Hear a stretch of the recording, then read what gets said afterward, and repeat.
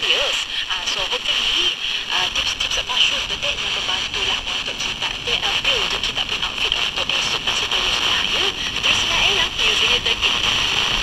Lagu yang kacak, cerita yang kacak, style yang kacak, semua pun kacak di Acak Tok Era bersama dengan Ashila. Biar Ashila yang belajar kita orang lagu-lagu back to back sambil kongsi cerita viral pasti kita orang. Kita suka layan game legendary. Come on.